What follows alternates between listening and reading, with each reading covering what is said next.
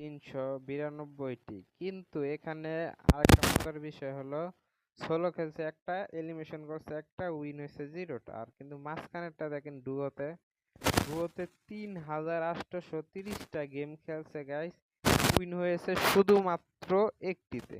আর কিল elimination করেছে মাত্র 16223। ভাবা যায় 3830টা ম্যাচ খেলে উইন হয়েছে মাত্র একটিতে। সে কি বট নাকি আসলে ফেয়ার প্লেয়ার নাকি সে প্রো প্লেয়ার? আপনারাই কমেন্টস করে জানাবেন।